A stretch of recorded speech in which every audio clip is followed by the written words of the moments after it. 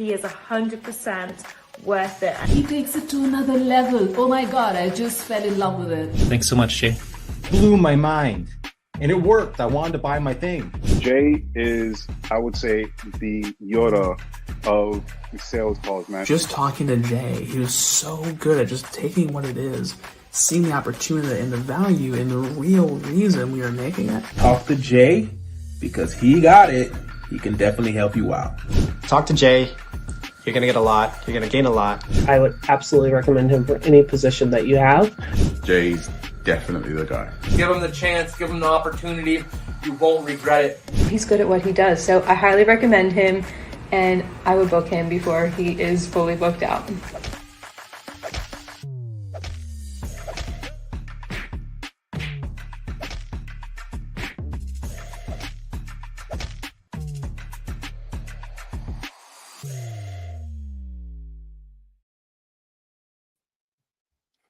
Welcome everyone to the Sales Ninja Show podcast. My name is Jay and I'm your host. And today we have a special guest, Harlan Ryker, who will be talking about scaling success. And Harlan is an entrepreneur since he's 17 years young, was recognized as one of the top 20 young entrepreneurs of the UK in 2019 by Wise, a company valued at, get this guys, $9 billion freaking dollars. Okay. He expertly manages daily operations across nomadic closers divisions, ensuring peak efficiency and performance. And Harlan also brings his deep expertise in business operations and mergers and acquisitions, which I'm excited to jump into, to his role as the integrator at Buying Beast at www.buyingbeast.com. Let's go.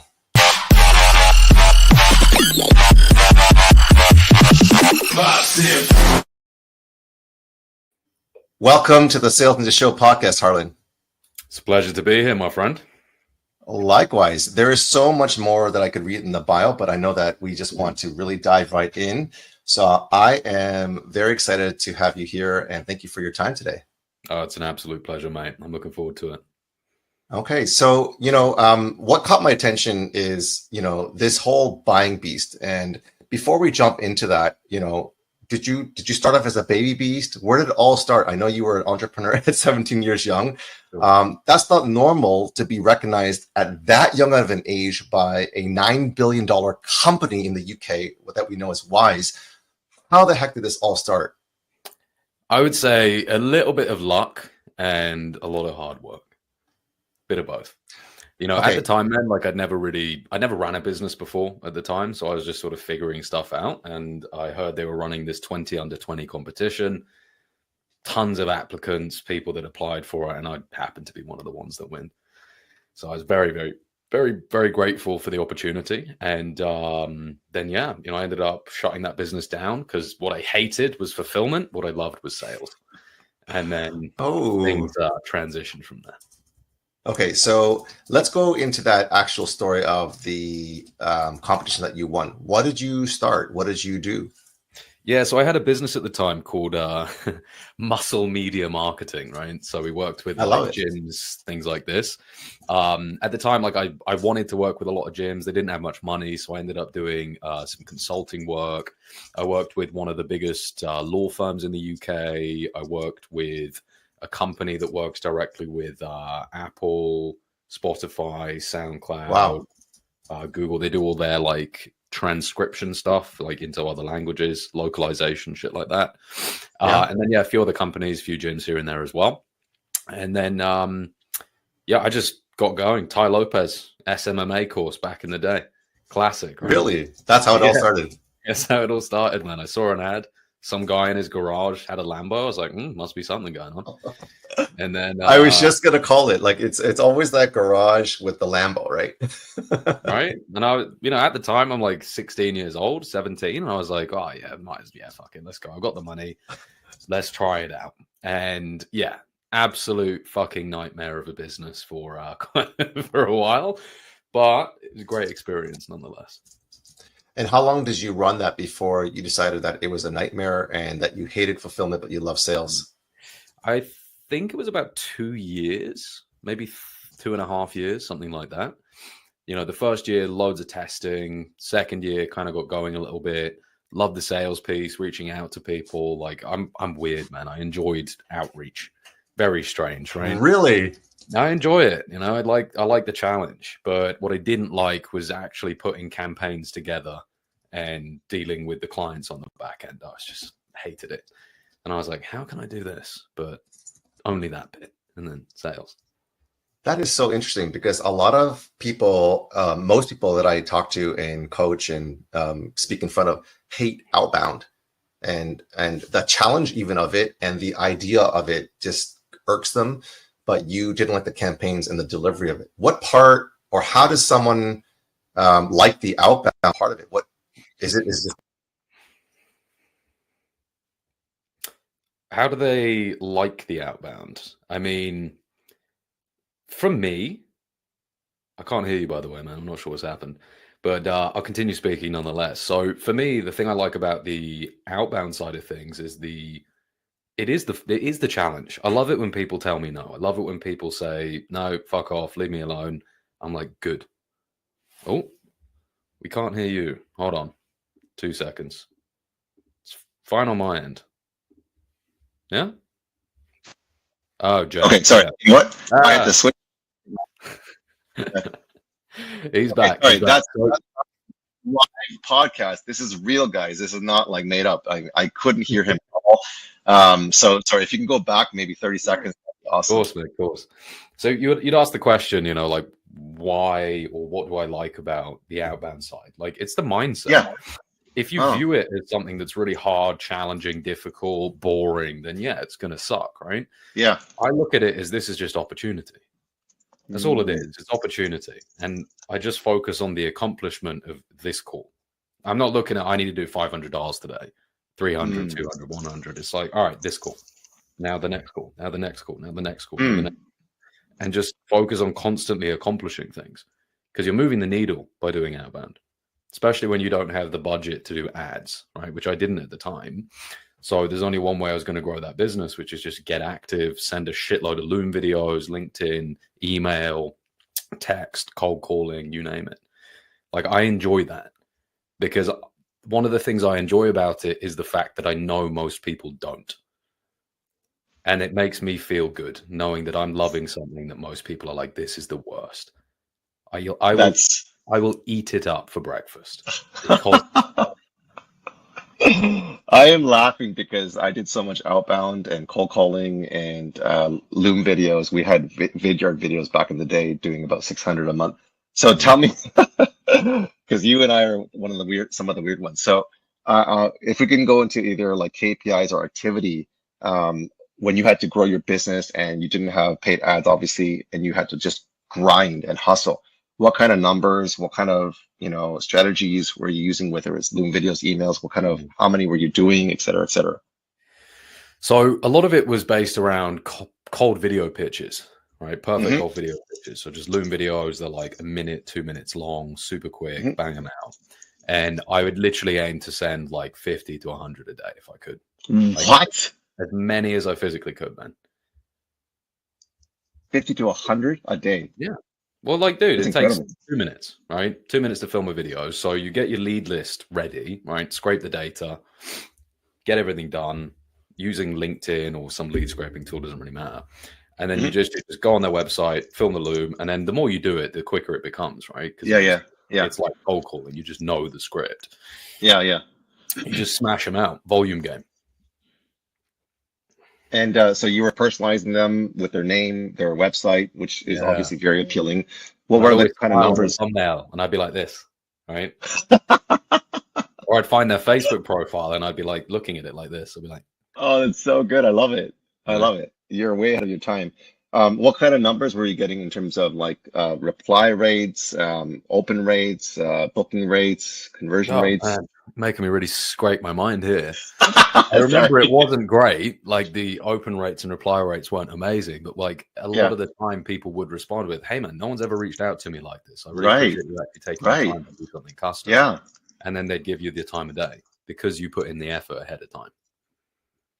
This is a big thing because, the outbound and cold prospecting is something that people either hate doing or they suck at.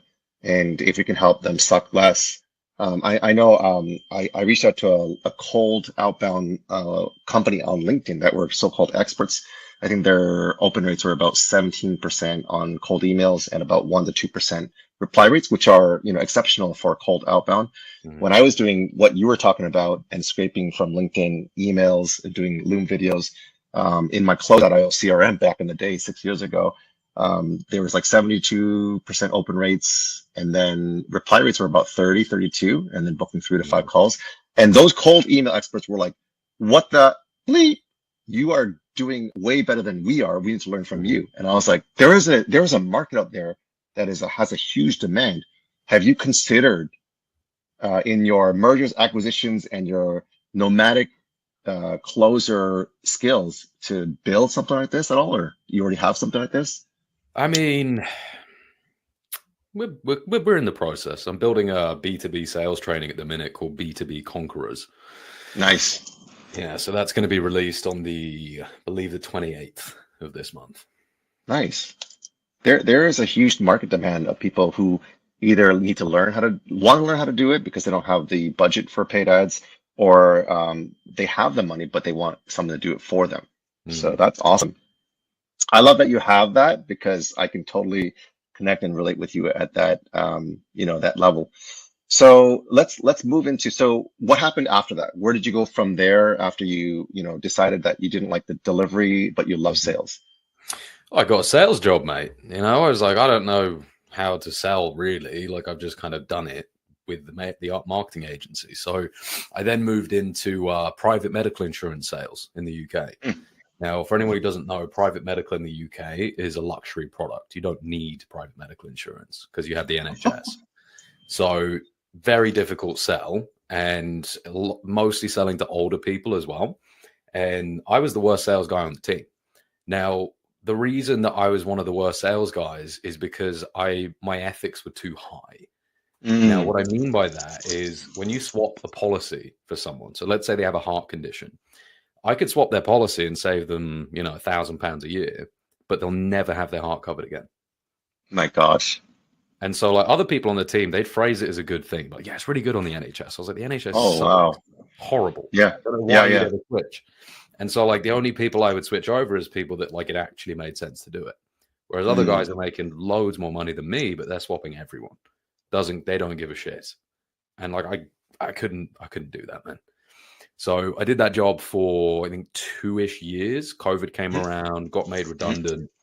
And then I ended up getting a door-to-door sales job selling windows, double glazing.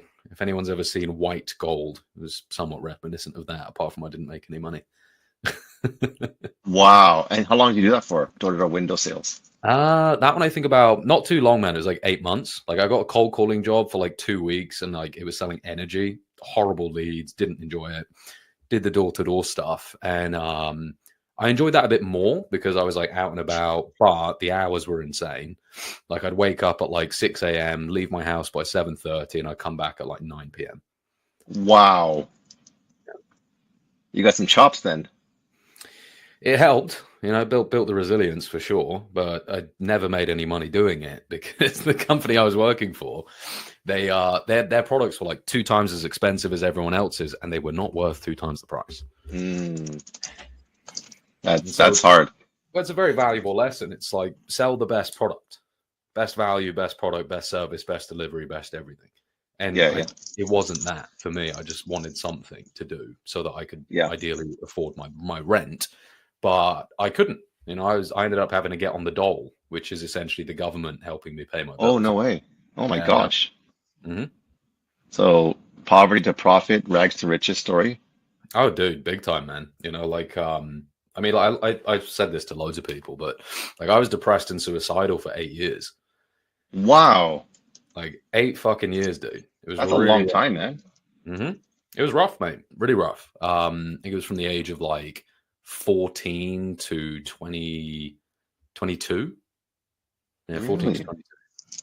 Wait, so that hits home, and you can decide whether you want to share what depth you want. Whatever. Okay, cool. I have a 14-year-old son, so I got chills when I heard that. Like, what makes someone depressed and suicidal at the age of 14, which is the same age as my son, and how do you climb out of that hole or that situation? So, I mean, it turns out, fun fact, it runs in my family. Like, it's really genetic. I never knew, right? Turned out my dad was depressed for 30 years. He never told me until after I told him that I've been super depressed. Oh my gosh. Like, oh yeah, you know, me too. It's one of the reasons my mom got divorced, right? Because he just couldn't figure out life in the right way. Yeah. Anyway, suffice to say, it fucking sucked for a really long time, but I kept going, kept pushing, kept wanting to do things. And the thing that got me out of it, man, was actually hitting rock bottom. And the rock bottom for me was like, I hadn't made any real money for 6-7 months. The government was helping me pay my bills. I had to ask my now wife to help me buy food. And like, I was in a real hole.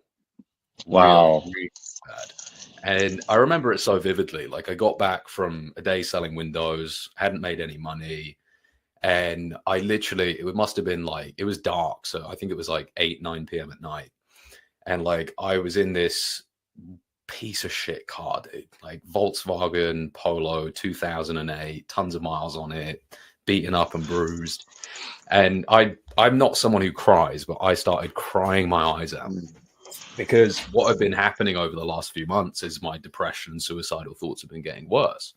So like, when I would be driving to appointments, like my body would be like swerving the car like into what? I'd have to stop myself, going like, no. Holy, really? It was really bad, yeah. And so yeah, you know, crying my eyes out, called the suicide hotline, and I was like, I know the next time I drive is going to be the last time I ever drive.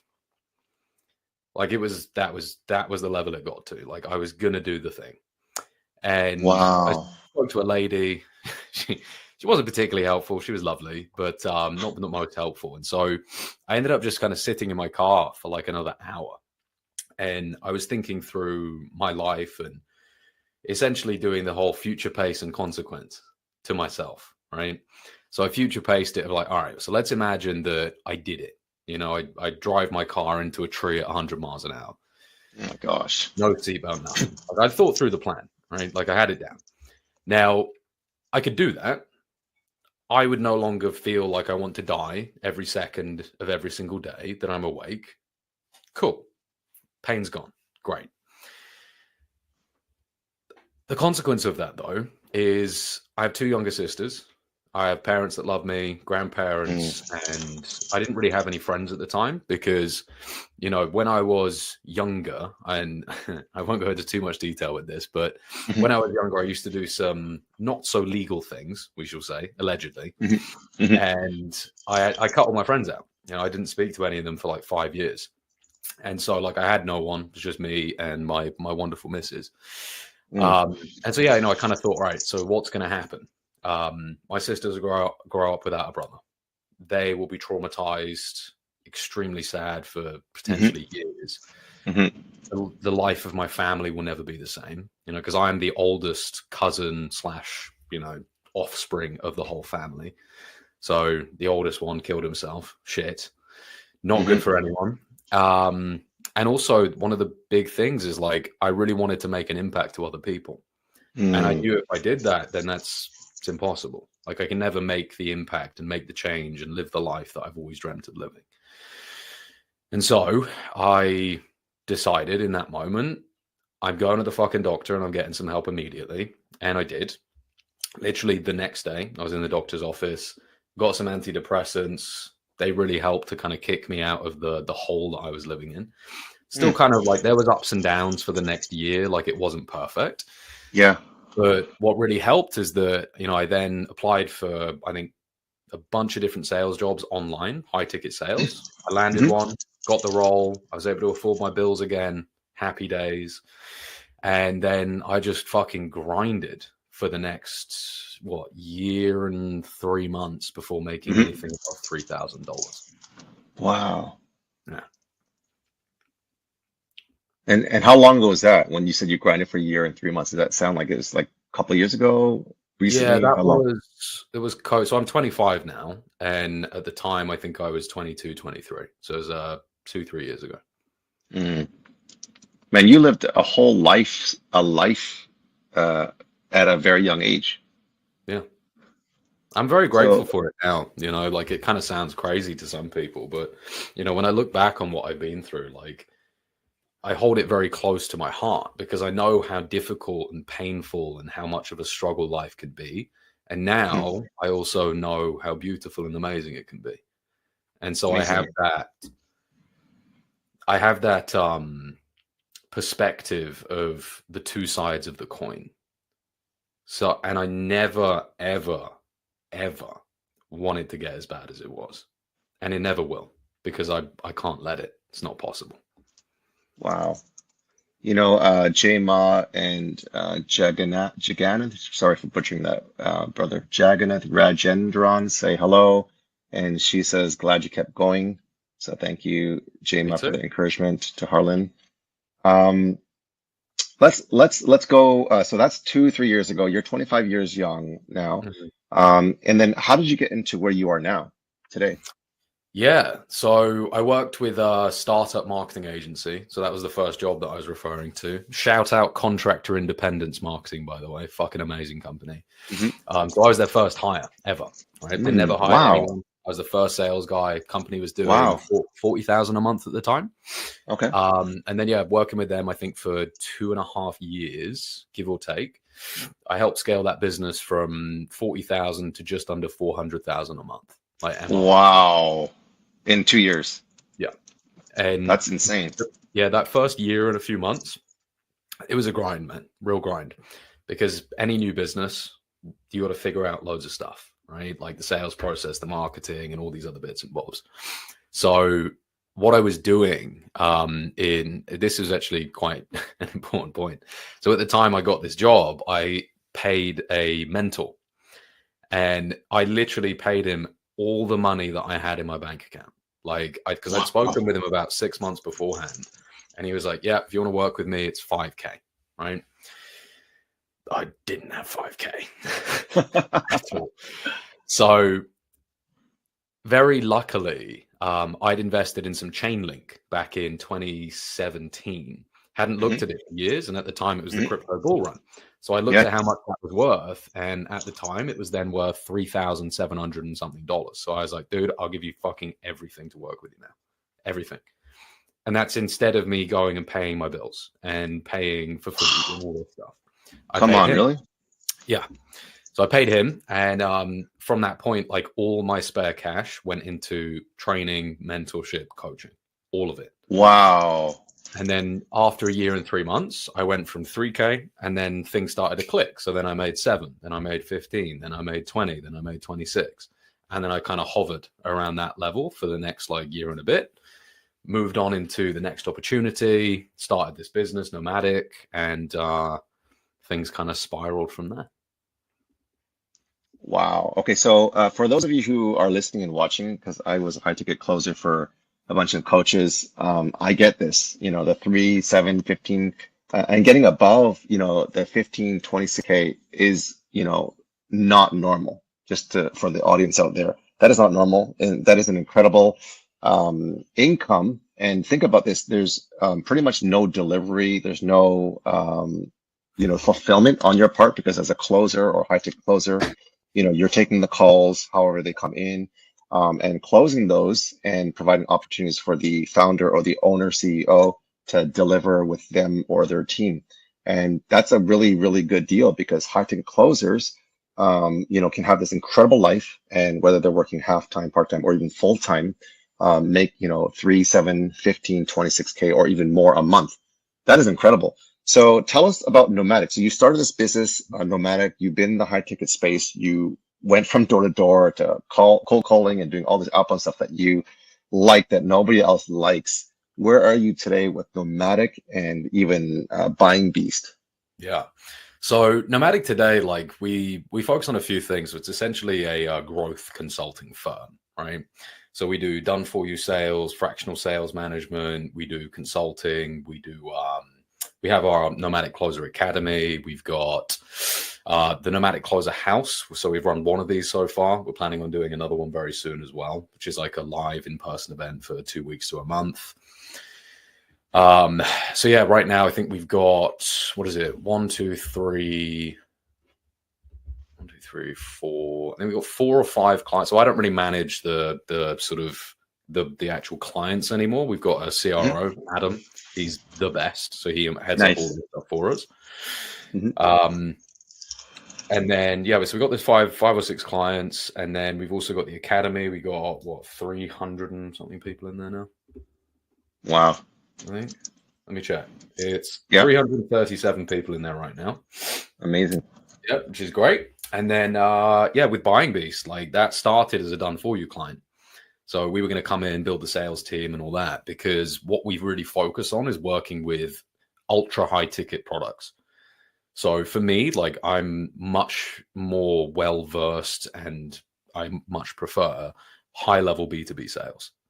Like I don't like to personally touch anything that's less than about $50,000 as far as ticket price, because I understand that avatar and I understand that niche extremely well.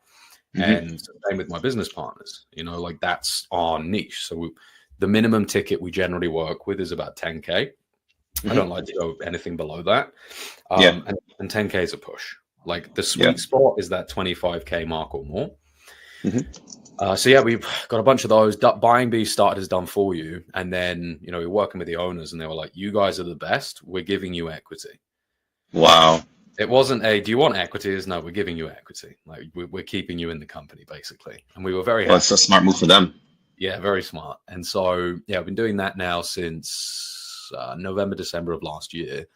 We closed a couple deals. We're just about to close on one, touch wood, that is just over, I think it's about $1 million for that one. We've got a 8-figure gaming deal.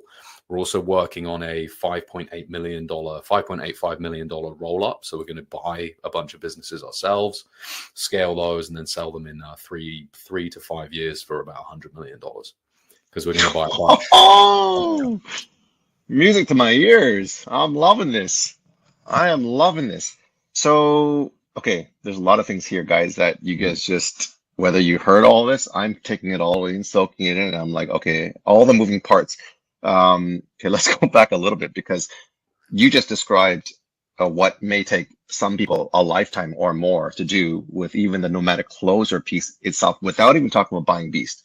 I thought about the whole idea of, I don't know if you call it an academy, agency, you call it a growth consulting firm, fractional sales, done for you sales. The part that's kind of like the obstacle for me is the management of people. Like I used to be a pastor, and the running joke was the church is a great place if there were no people in it. I know that's a terrible joke because the church is the people. And I love people. I truly do. But like you, I like working with ultra high ticket, 50K plus. There are people at a different level. And when people are coming at like, $1K, $500 or whatever the amount is, they're the ones that are asking for the shirt off your back. How do you get from going to, where you were at the start to doing this nomadic closer, growth consulting firm? Do you enjoy managing the people, or do you have someone else doing that because you don't like doing that yourself? No, so I love it, man. I actually love it. I'm managing a sales team on the side as like a little side project for fun right now, which is it's a 50K offer, so it's ideal. Nice. Yeah. But I love managing people. One of the things that I often ask for feedback, and like I'm one of the few managers that's not had any negative feedback from anyone that I've ever worked with. Wow. Like everyone that's ever worked with me has said that I was the best manager they've ever had. And I was like, cool, pretty happy with that. But I think where it really comes from is like, I've been there, like I've done what they're doing. So it's not like anything that I say comes from like a place of not actually knowing and just expecting something, which is unrealistic. It's like, no. I've been where you are. I've done what you're doing. This is how it needs to be done.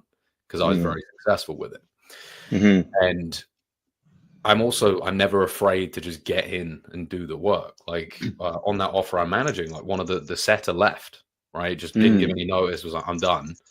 I was like, cool. So then guess who called all the leads? Me. You? Come on. I didn't give a shit. It doesn't matter. Like the job needs doing. I'm going to do it. And when you really lead from the front like that, it's very easy for people to get behind you because they're like, shit, he does the thing. That's amazing. Super rare. And that's really what, in my opinion, at least, like good leadership should be. Lead from the front.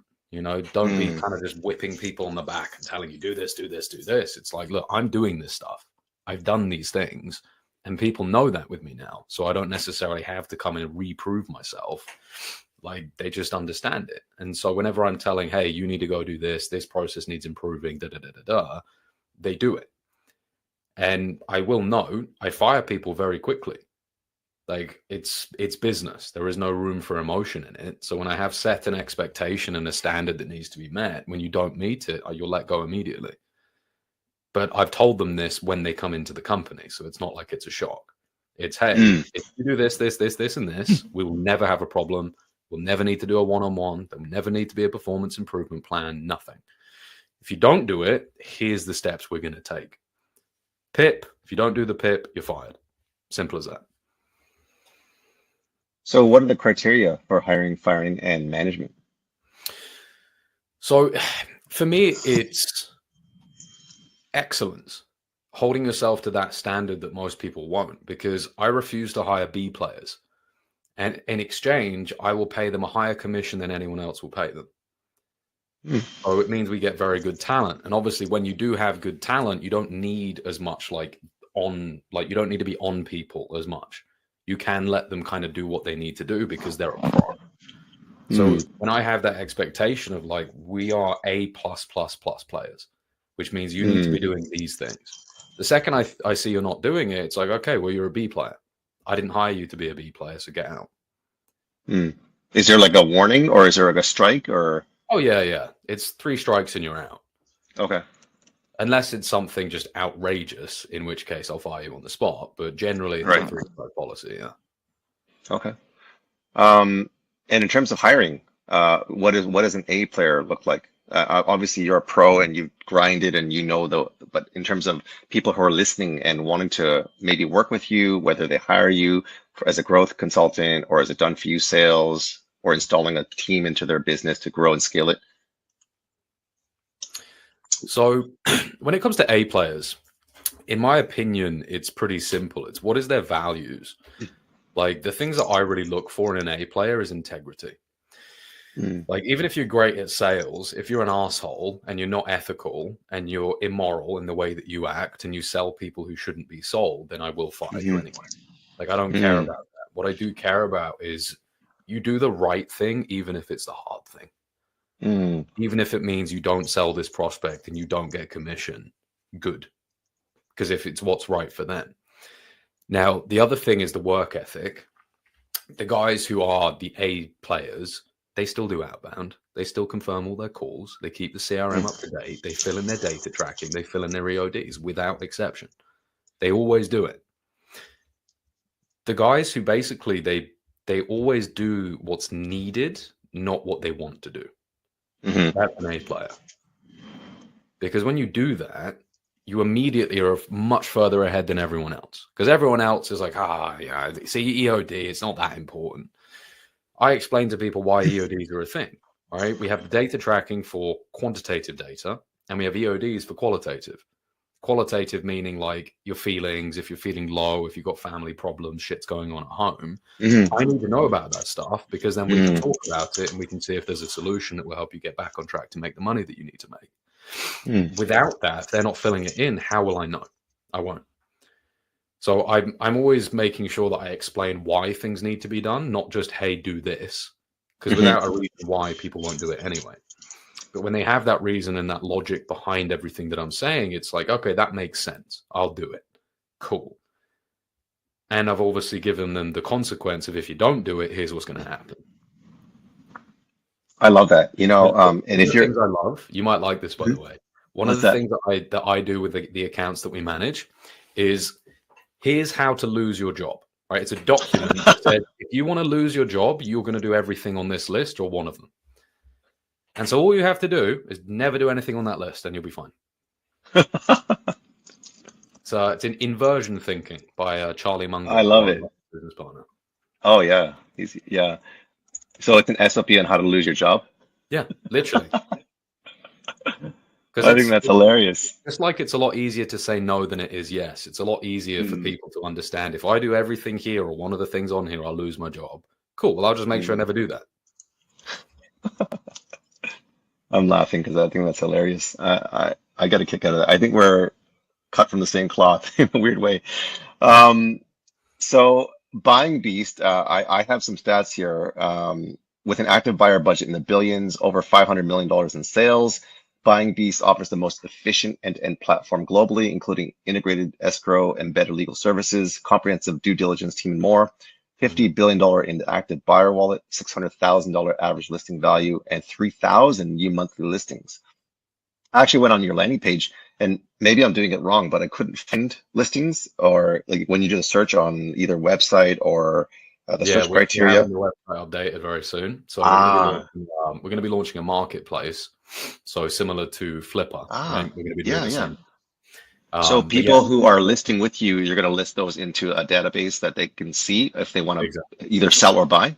Yeah, exactly. So there'll be that, and then there's also we're not a broker, so I want to make that very clear. It's not what we do. Ours is a wholesale model, so we're essentially an intermediary. So one of the things that's very different with Buying Beast is like if you're a seller and you work with a typical broker, they're going to take a percentage of the sale, but maybe you have some upfront fees, whatever it might be. Fair enough. The problem that people have with brokers, though, is that they're really lazy. They don't really do much. They kind of just list the business on a few different places and then just cross their fingers and hope something happens. Buying Beast is very different. So we make our money on the spread, which is when the deal closes. We also pay for due diligence on the businesses. So I know companies that charge 30 grand for due diligence. We pay for that ourselves. For any seller that comes through that we're like, yeah, I like this business, we will pay for it. And then what that does, when the due diligence is finished, we put together all the packages for the buyers. So we got the P&L, which is cross-referenced with every single thing in there: merchant processor accounts, bank accounts, tax filings, COGS, invoices from suppliers, you name it. Everything's cross-referenced, put in a P&L. We build out the deal brief, and then we build out the full data room as well. So as an investor, you have all the information straight away. And the reason we do that is because we only have 60 days of exclusivity with each seller. When due diligence is completed, we've got 60 days to sell the business, or they're free to just go and do it on their own. They can do whatever they want. So we're very much incentivized to get the businesses sold ASAP. And that's the thing. Did you guys put that timeline on yourselves? Yep. For excellence? Exactly. That's brilliant. I love it. Generally what happens is if you get to day 45 and you've got a bunch of buyer conversations going on, the seller's not going to leave anyway. But for us, it's just showing the seller that, like, listen, we really want to get the deal done. Probably more than they do. And who is doing the pitch deck presentations, and who, like, is the founder doing that and you're setting them up, or are they setting them up, or are you helping them set it up? Yeah, so the pitch deck and everything, we have a full process for all this. So we leverage a lot of AI. So one of the founders of Buying Beast, Billy, he's got an AI company now. It's nice. Tech Raptor. And so they do AI everything, like cold calling, warm leads. They do the tech stuff. Like, I don't really understand it, but there's lots of AI. It's cool. So that helps. We've also got our CPA. So her name's Megan. And they help with all like the P&Ls and all the sort of back-end data shit, data rooms, you name it. And then, we just build the deal briefs using a very comprehensive AI system. I guess my question with all that is, how do you get in front of enough people who are interested, investors, to get in front of and pitch and present to be able to close those deals in 60 days? Oh, many different ways, man. Email marketing. We're very active on Facebook in loads of different Facebook groups. LinkedIn. We've got 135,000 investor leads in our CRM as well. So we're very active in calling and texting. Wow. And just everything you could possibly do. Like, everything. So is that included in your package where you guys set it up where you try to get in front of as many people through email marketing, Facebook groups, LinkedIn, investor leads, to be able to put these pitch investor decks in front of people to sell them, to sell these businesses? Yeah, spot on. And then do you guys present it for them, or do they present it themselves? Nope, we do everything. So it's very like our job is to make sure the seller doesn't have to do much apart from give us the stuff we need for due diligence. Because when the DD is done, we have all the questions that most buyers are going to ask answered. Like, it's pretty simple. The only time that there's generally additional questions is if someone submits an LOI and they want to do further DD, which is fine. Like, we're totally cool with that. Show us proof of funds, send the LOI, and then we'll get it going. LOI, for anyone that doesn't know, is a letter of intent. It's like a letter that says, I plan on buying this business, providing that XYZ is checked off. And then from there, you move into the purchase agreement and all that jazz. But yeah, so we do all that stuff for them. We take the buyer meetings, we negotiate with them, try and get the best price. And the thing the sellers do like about us is we don't take a percentage, because legally we can't. We're not a broker. We take it on spread. So think wholesale real estate, very similar model.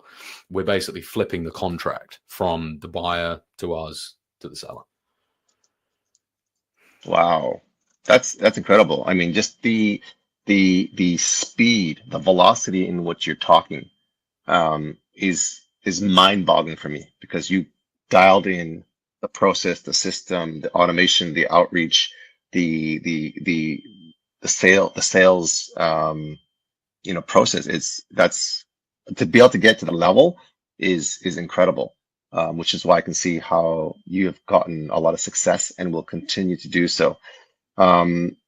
And you don't need to, I know there's NDAs and stuff like that. You had mentioned that you're working with some deals that are like, I don't know what the bigger deals that you're working with right now, 5.85 million, that you want to scale to 100 million.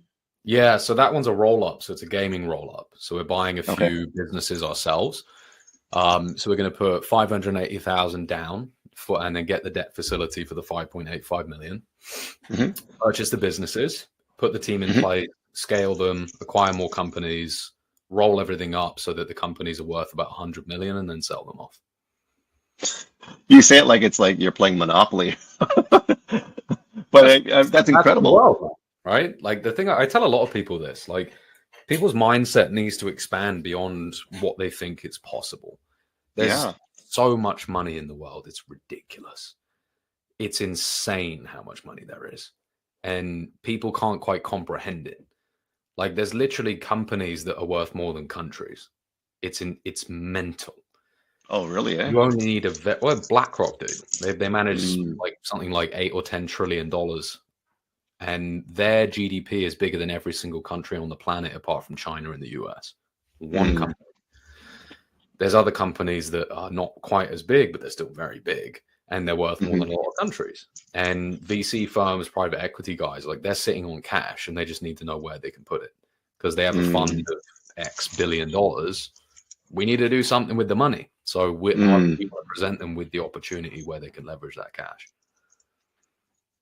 Wow. So how do people who have these businesses that are thriving, that they want to exit, get in touch with you to be able to, like, hey, you want to sell our business? We need you because we don't know how to do this. How do they get a hold of you?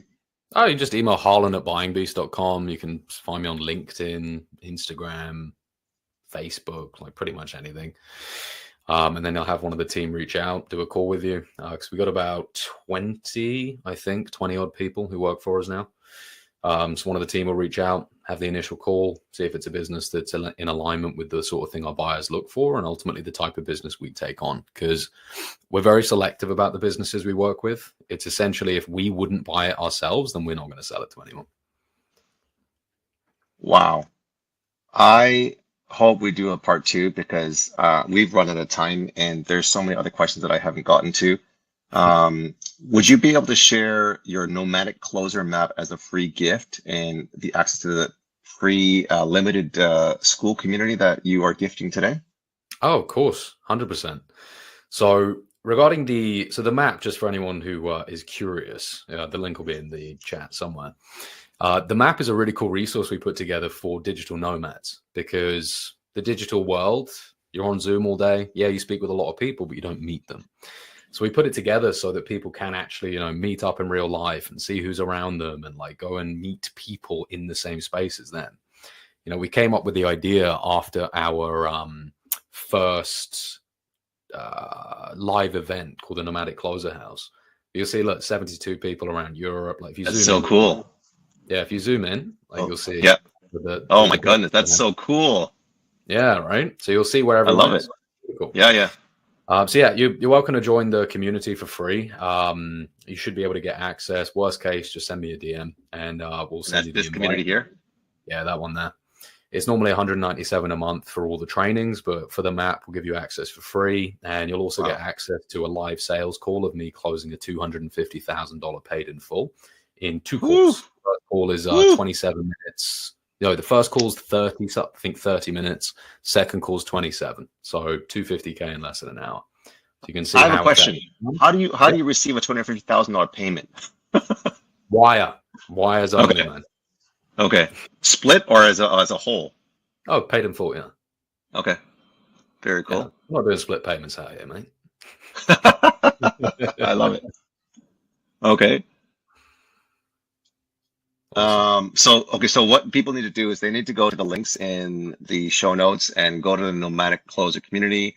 If you DM Harlan directly, he will give you access, limited free access to the Closer community over here, which is normally $197. You're not going to get access to all the trainings, but he does have a sales call that he recorded over 2 calls within 1 hour and closed 250,000 PIF paid in full through a wire transfer, which I am excited to look at and watch.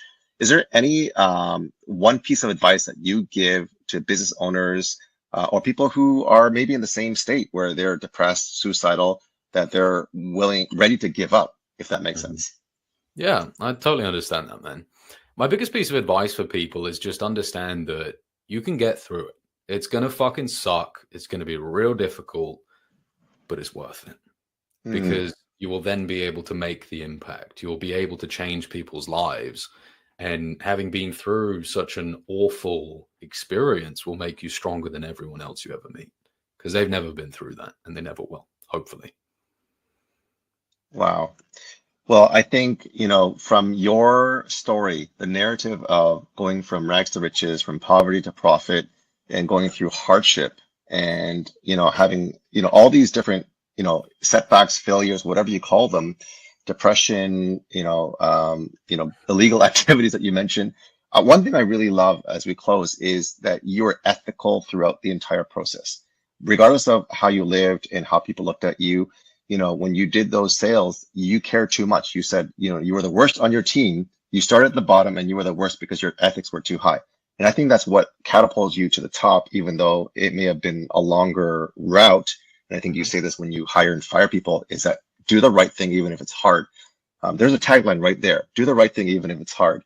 And ethical sales. So I really want to commend you, Harlan, for your character, for not giving up and for showing up. And we are able to receive the gift of you and the message that you have for us today. So thank you so much, Harlan, for being here today. That's absolute pleasure, man. I'm really glad we can make it happen. Awesome. Okay, so everyone, thank you for tuning into the Sales Ninja Show podcast. Subscribe to the podcast, share it with your friends. This is an absolute banger. And we are here to help you to sell more. So if you're looking to grow your sales and scale it without sounding salesy, sleazy, or making prospects sleepy with boring offers, then you know who to shout out to. Thank you guys so much for your time. Harlan, again, shout out to you. Thank you so much. Amazing. Cheers, everyone. Ciao.